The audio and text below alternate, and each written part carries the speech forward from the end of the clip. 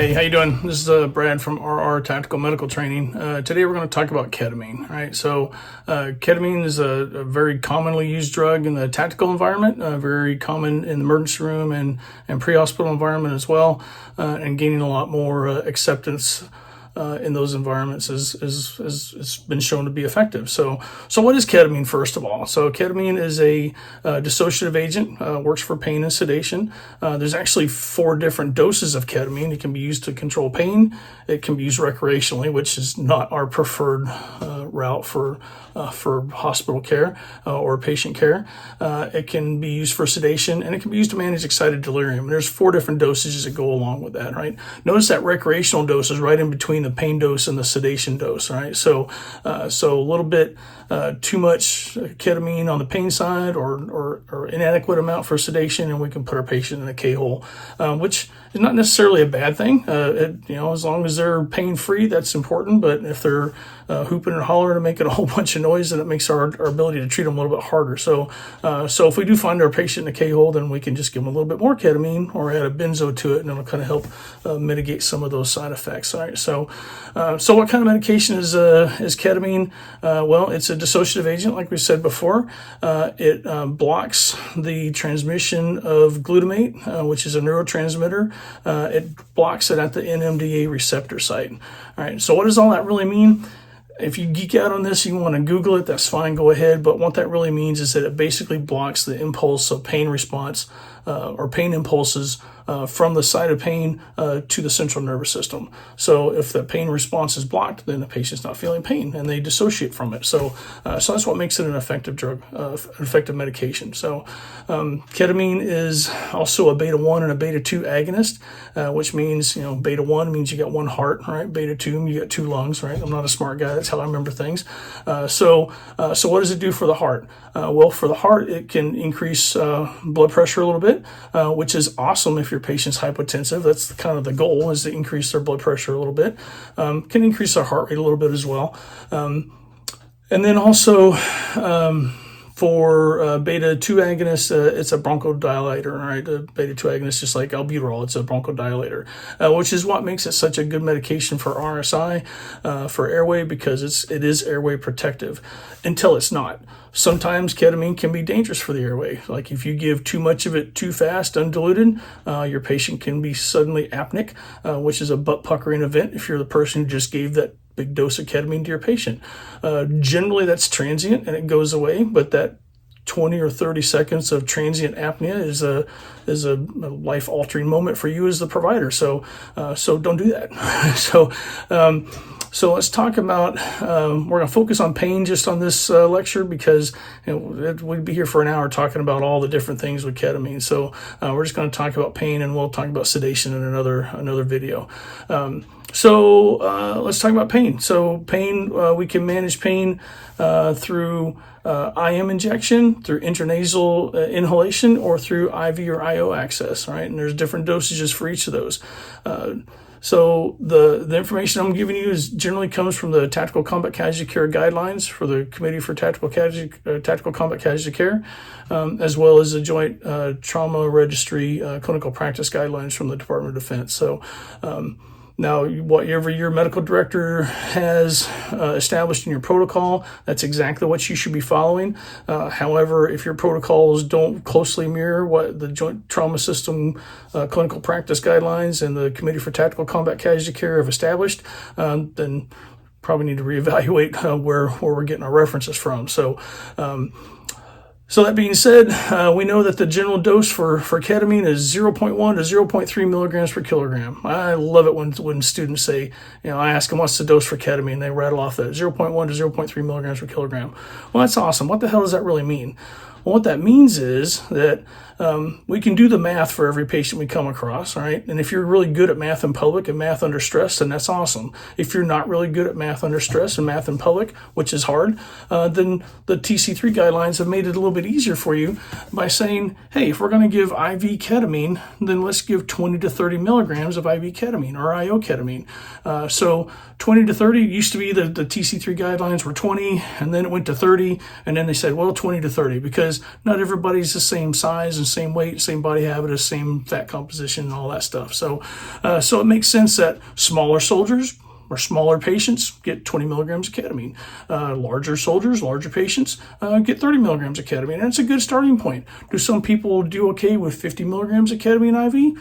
Absolutely. And if that's your plan, then there's not necessarily anything wrong with that, except that you may put your patient in a K-hole if it's a smaller person and you give them a big dose of ketamine like that. So just be cautious of it, right? There's no medication that's completely, absolutely 100% safe for everybody. Ketamine is a fairly safe medication until it's not, right? And it's your responsibility as a medical provider, whether that's a paramedic or a PA or a nurse practitioner or an RN or a doctor, to understand how that works, right? So we talked about IV. So 20 to 30 milligrams is the TC3 recommended dose for either IV or intraosseous ketamine. Right. So how do we do that? Because ketamine generally comes in. We'll pop a little picture of some bottles of ketamine up here on the screen, hopefully, if I can figure out how to do that editing. So generally ketamine will come in either 50 milligrams per ml with 10 ml vial like this. This is not actually ketamine. This is just a label of ketamine in a normal saline vial. I don't keep ketamine at my home, right? So don't call the ATF or DEA and say, Brad's got ketamine at his house. No, I don't. It's just saline, right? So it comes in a vial, 50 milligrams per ml, or it might come in a vial, 100 milligrams per ml. It might even come in an already diluted vial that the anesthesia people like to use as 10 milligrams per ml. So always read that label and make sure you know exactly what it is that you're pulling up and what your dilutional concentration is going to be. And we're going to talk about diluting ketamine here really quickly. Because diluting ketamine is important if you're given an IV or IO. Given undiluted ketamine, IV or IO, has a potential for causing an emergence reaction or hallucinations in your patient. Your patient might hallucinate positively and see positive things that they're kind of happy about and giggling about it, or they may be seeing really terrifying things in their hallucinations, and it's your fault because you didn't dilute the ketamine, right? So get used to diluting ketamine because that's important in how we administer it. So a good way to do that, if you take a 10 cc flush, I'm going to try to do some editing stuff here and do a cone down view, but I'll do it up here as well, right? So we take a 10 cc flush. I'm going to go ahead and take 2 cc's out of that, all right? So I got 8 mLs of saline left in my syringe here. I clean that little cap off with an alcohol swab, right? And I want to pull 2 mLs out of here because in this syringe, or in this vial, I've got 50 milligrams per ml. So if I take 2 mLs out of there, that's 100 milligrams. So now I've got 100 milligrams in 10 mLs. So what's 100 divided by 10? What's 10, right? So that means I can probably take a little label here and put on here that says ketamine, 10 milligrams per ml, right? And that just lets me know that that's what I've got in this syringe, right? That's important because if you set this syringe down and I don't have a label on it, right? And my partner comes up and goes, hey man, let me flush that IV for you. And they just flushed it with 100 milligrams of ketamine, right? Which is not necessarily a big deal, but what if that happened to be 100 milligrams of rocuronium? That is a big deal, right? So putting a little label on there just so you know exactly what's in that syringe is a pretty good idea. Because for pain, I'm not going to give this cat a whole 100 milligrams of ketamine for pain. Sedation I would, but for pain I'm not going to. But now I've got this diluted to 10 milligrams per ml, so if I want to give him 20 milligrams, I give him 2 mLs. If I want to give him 30 milligrams because he's a bigger person, bigger patient, then I give him 3 mLs, all right? What do I do with the rest of it? Well, I'm going to hold on to it, not for myself for later, because that'll get you thrown in jail and lose your license, right? Don't do that stuff. That's kind of stupid. But I'm going to hold on to this so, 20 minutes from now when he starts having pain again, he goes, or even sooner, he says, hey, man, I'm still in pain. Hey, brother, here you go. Here's another 20 milligrams of ketamine. I got it all right here for you, all right? And I don't have to keep pulling up more medicine for him, right? Now, if this is a mass cow situation, if we're talking about American soldiers, right? If you're a military person, this is just Brad's policy, right? What I like to do is I'll put like the soldier's name on here as well as the ketamine, all right? And that ketamine belongs to that soldier, and that's the only person who's going to get it, right? Now, if I got a mass casualty incident with local nationals, then hey, here's 20 milligrams for this Afghani soldier, here's 30 milligrams for this Afghani soldier, and here's 30 milligrams for this Afghani soldier, right? So I'm going to share that between them, right? But for the American soldier, I'm going to make sure that Private Snuffy has, this is his, right? And then Private Knucklehead gets another one all to his own. I don't mix and match them, right? You still have to make sure you account for it in your narcotics control log. That's important, right? Hey, look, just to reiterate, this is not a DoD policy, okay? This is just something that I did downrange. And if you've never been in a 20-person mass cow before in the middle of nowhere with limited resources, then I'm really not interested to hear your criticism on whether this was a correct ethical decision or not, because you weren't there, you didn't make the decision, and I hope you never have to be in that situation. But if you are, that's a technique for managing it. Again, it's not a DoD policy, it's a Brad thing. Take it or leave it for what it's worth.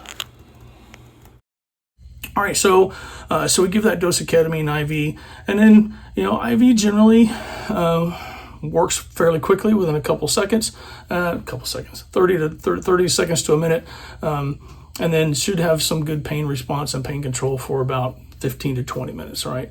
Not everybody's the same, and what's great about ketamine is if you give them 20 or 30 milligrams and they're still having pain, just give them a little bit more. Give them another 10 or another 20 at a time and see how they do. And you can just kind of titrate them to get them where you want them, and that's what's great about ketamine, all right? All right, so a little bit of a close-up view here of how we're going to pull up our medication, and a few little tactical tips for you as well. So I'm going to be doing this with battle gloves on, because at some point, if you're a tactical provider, you may not actually transition to leather gloves, because I meant to say disposable gloves, not leather gloves. Still in a fight. So yes, I've cut the fingertips out so I can feel for pulses, because you can't feel for a pulse through this glove, right?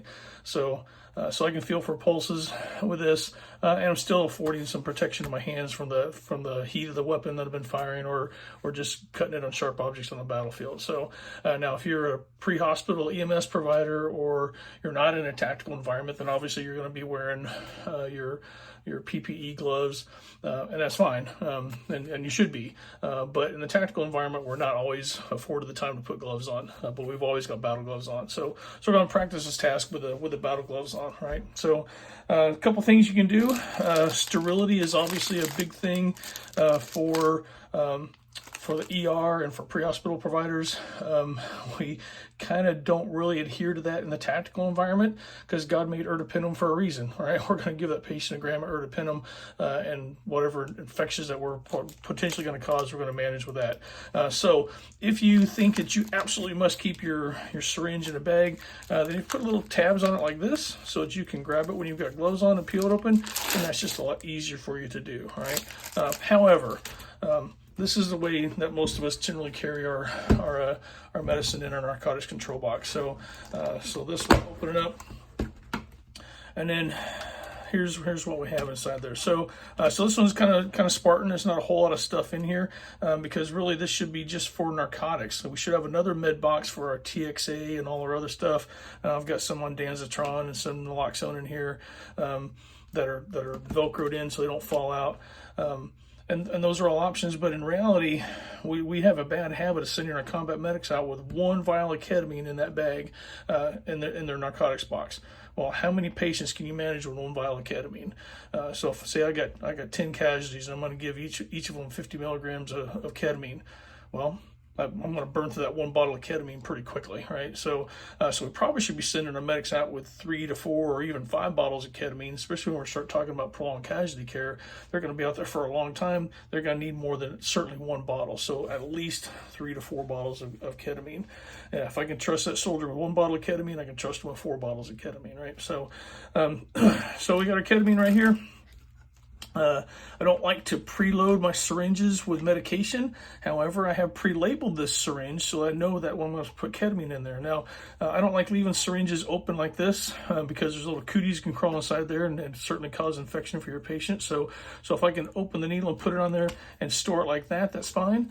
Now, of course, I don't have saline to pull in here, but I can pull up my saline bag and just pull up 8 mLs of saline out of here before I pull up my 2 mLs of ketamine out of there, and that's how I can fill up my syringe, right?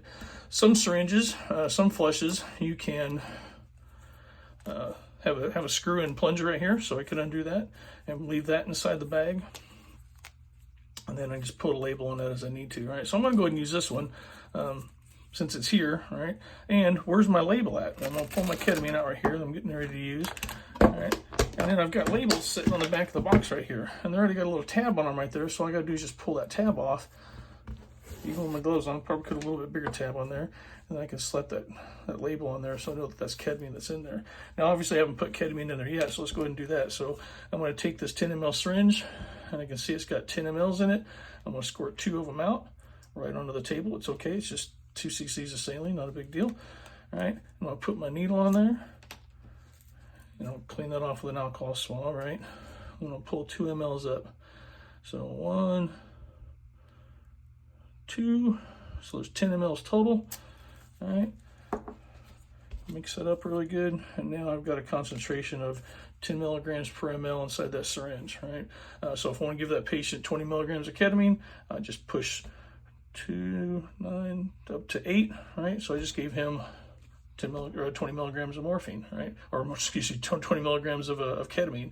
If I want to give him 30, then I'd push it up to 7.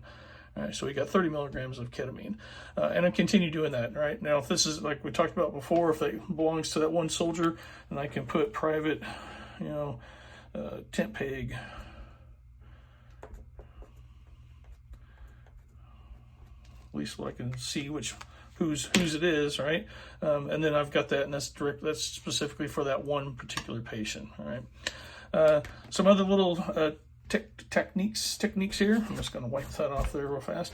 Now notice this label, I've got ketamine 5 milligrams per ml. So the PJs at Lackland are trained to mix their concentration to 5 milligrams because they use a standard dose of 25 milligrams for about every trauma patient, which is between 20 to 30. So that's not wrong. It's the appropriate dose because it's between 20 to 30. So, but it's a lot easier to do 5s if you do it by 5, right? So I usually give 4 mLs of ketamine because you got 5 milligrams per ml to give 20 than it is to give 2.5 mLs, which would be 10 milligrams per kilogram. So just I'm gonna say 10 milligrams per ml, not 10 milligrams per labels on the back, a milligram. little tab on it to make it easier to pull open. Med box with a dummy cord on it, so it's nice and secure, so you don't walk off and leave your narcotics somewhere because you are signed for those things. And then having a narcotics box that's specifically with narcotics, and then a second box for your other medications like your calcium and TXA and ondansetron and all those other non-controlled substances. If you want to get sexy and have a third box for just RSI medications, that would be fine too, but you could probably put your RSI medications in here because even though they're not a controlled substance, they're not something you want out laying around for just anybody to pick up either. So either combine those with your narcotics or have a separate RSI box, either way. But for pain, that's the way we're going to pull that up. Now, if I wanted to use my syringe that I've already got in here that's already labeled, that's fine. I can just come over here to my bag. I'll pull up 8 cc's of saline out of here. There's 8. And I'll grab my bottle of ketamine. I want to pull 10 mLs in here with it, or 2 mLs of that, which is 100 milligrams. So I'll pull that up. And I'll recap that needle so everything's mixed up now. So now I want to get my label, which I've already pre-made on the back over here. So I can just peel that off. Bigger tab would be easier with gloves on. Oh, I already put a label on there, so we're good. All right, so there we go. So 10 milligrams per ml, and then still, if I need to give him 30, I just push 3 mLs of that, trying to cover up your numbers so you can see your numbers as you're pushing your medication, and that's a good way to do that. So let's talk about intramuscular dosing for ketamine. So we know it takes longer for medication to absorb intramuscularly than we do for intravascularly or interosseous, right? So that means that we need to give them a little bit more medicine as well. So generally we double the dose. Now the TC3 guidelines are pretty clear. It says for intramuscular or intranasal, we're going to give 50 to 100 milligrams of ketamine. So that means Smaller person, 50 milligrams, bigger person, 100 milligrams, okay? And that's because it takes more medication to absorb through the muscle. It also absorbs better through a large muscle group. So if we give it into the quadriceps muscle or the gluteus muscle, which are bigger than the deltoid muscle, then it'll absorb a little bit faster. I don't care how many times you skip leg day, your quad muscles are still bigger than your deltoid muscle, right? Don't care who you are.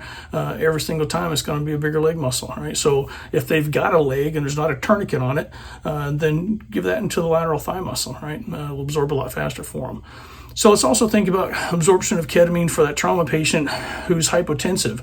Normally, intramuscular ketamine will absorb and be effective for your patient somewhere around the 3 to 5 minute range, right? They'll start getting effects of it fairly quickly on a normotensive patient. Now, if the patient's hypotensive, that means they're not perfusing as well as a normotensive patient, then they're not going to get that absorption as quick. So it might be 5 or 10 minutes before they actually get that medication on board. So I hear a lot of people say, hey, first of all, pain's not my problem, it's the patient's problem. Well, if that's your attitude, then you're an asshole and you really got no business being in medicine in the first place, because you should be managing your patient's pain. That's important. It's not as important as their airway, not as important as their hemorrhage control, which is more important than their airway as well, but it's pretty doggone close up there. So you need to be getting in there and taking care of their pain. And just think about you laying there with your leg blown off. I've never had my leg blown off, but I've taken quick care of quite a few people who have, and every one of them was in pain about it. So let's manage their pain. That's an important aspect. So if we're going to give an IM dose for pain and that patient's a little hypotensive, we know that's going to take a little bit longer for that medication to start working. But maybe we don't have time to get IV or IO access right now. That's fine. We do what we can when we can. If you don't give him anything right now in the first part of your assessment, after you've managed his life threats with massive bleeding and airway and respirations, and you start giving some pain medicine, if you don't give anything now, 10 minutes from now, you're still not going to have anything on board, right? If at least you give him something now, then 10 minutes from now, at least he's got that ketamine that you gave him intramuscularly. So it's something to think about, right? Another technique that we can use is intranasal ketamine. And what's great about intranasal ketamine is it absorbs right through the mucous membranes, crosses the blood-brain barrier, and starts blocking those pain receptors pretty quickly, right? So the dose for intranasal ketamine is the same as intramuscular ketamine, so 50 to 100 milligrams. Smaller person 50, bigger person 100, right? Now that being said, a little bit easier to do that if you've got a 3 ml syringe, right? So I'm going to take this 3 ml syringe, and since this is 50 milligrams per ml, I'm just going to go ahead and pull up 2 mLs, and I'm going to pull up 100 because I'm a nice guy. I'm not a jerk. If my patients are in pain, I like to give them adequate pain control, right? So I got 2 mLs of ketamine here, all right? And I'm going to put an atomizer on the top of this, right? So this is what an atomizer looks like. Atomizer does almost like a bottle of nasal spray that you would buy over the counter, right? It does the same thing. It takes that liquid and puts it more into an aerosolized form so it can absorb into the mucous membranes a little bit faster. I'll go ahead and squirt it right there so you can get a look at it. So just kind of like a nasal inhaler, right? So the most we want to put in each nostril would be up to 1 ml in each nostril, right? So if this is 50 milligrams per ml, I could put 50 milligrams in one nostril, 50 milligrams in the other nostril, and have the patient inhale as we're doing that, and actually work fairly quickly, right? Within a couple of minutes, I'll have some pain control. Very common. We do this for kids in the ER all the time with ketamine or Versed.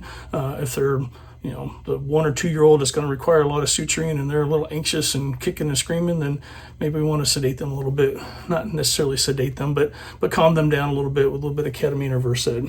And that works pretty well for that. Contraindications for doing this, if someone's got massive facial trauma and they got lots of blood clots in their nose, then this is not going to absorb for crap in their nose. So don't waste your time doing it. Go right IM or get IO or IV access as quickly as possible so you can get pain control quickly, right? Also, if you have an NPA in a patient's nose, a nasopharyngeal airway, and you stick this inside there, it's just going to follow down the NPA and sit down the back of the nasal pharynx, and it's not going to absorb where it's supposed to. It needs to absorb in the mucous membranes up in the sinuses, right? So that's where it needs to go. And if you stick it down an NPA, it's just going to be in the back of their throat and taste bad. It's not going to do anything for them, right? So keep that in mind. Intranasal dose, 50 to 100 milligrams of ketamine, and intramuscular dose, 50 to 100 milligrams, undiluted. And if we're going to give it IV or IO, we want to dilute it with 8 mLs of saline and a regular saline flush. Pull that 100 milligrams in there. If it's 50 milligrams per ml, then that's 2 mLs. If it's 100 milligrams per ml, that's just 1 ml. So, and that would be 1 ml and 9 mLs of saline as opposed to 8. All right, so, and then we just make sure you label it, and we'll push it as a patient needs to keep them comfortable. All right. That's about it for pain for ketamine. Always remember to follow your clinical practice guidelines and your protocols from your medical director. And if there's any questions or concerns, you can always email me at RR Tactical Medical Training, Brad at rrtacticalmedicaltraining.com, and check out my website. Hope to do more videos like this, and I hope they're helpful for you. And as I learn more about editing, hopefully they'll get better along the way as well. So everybody stay safe out there, and good luck.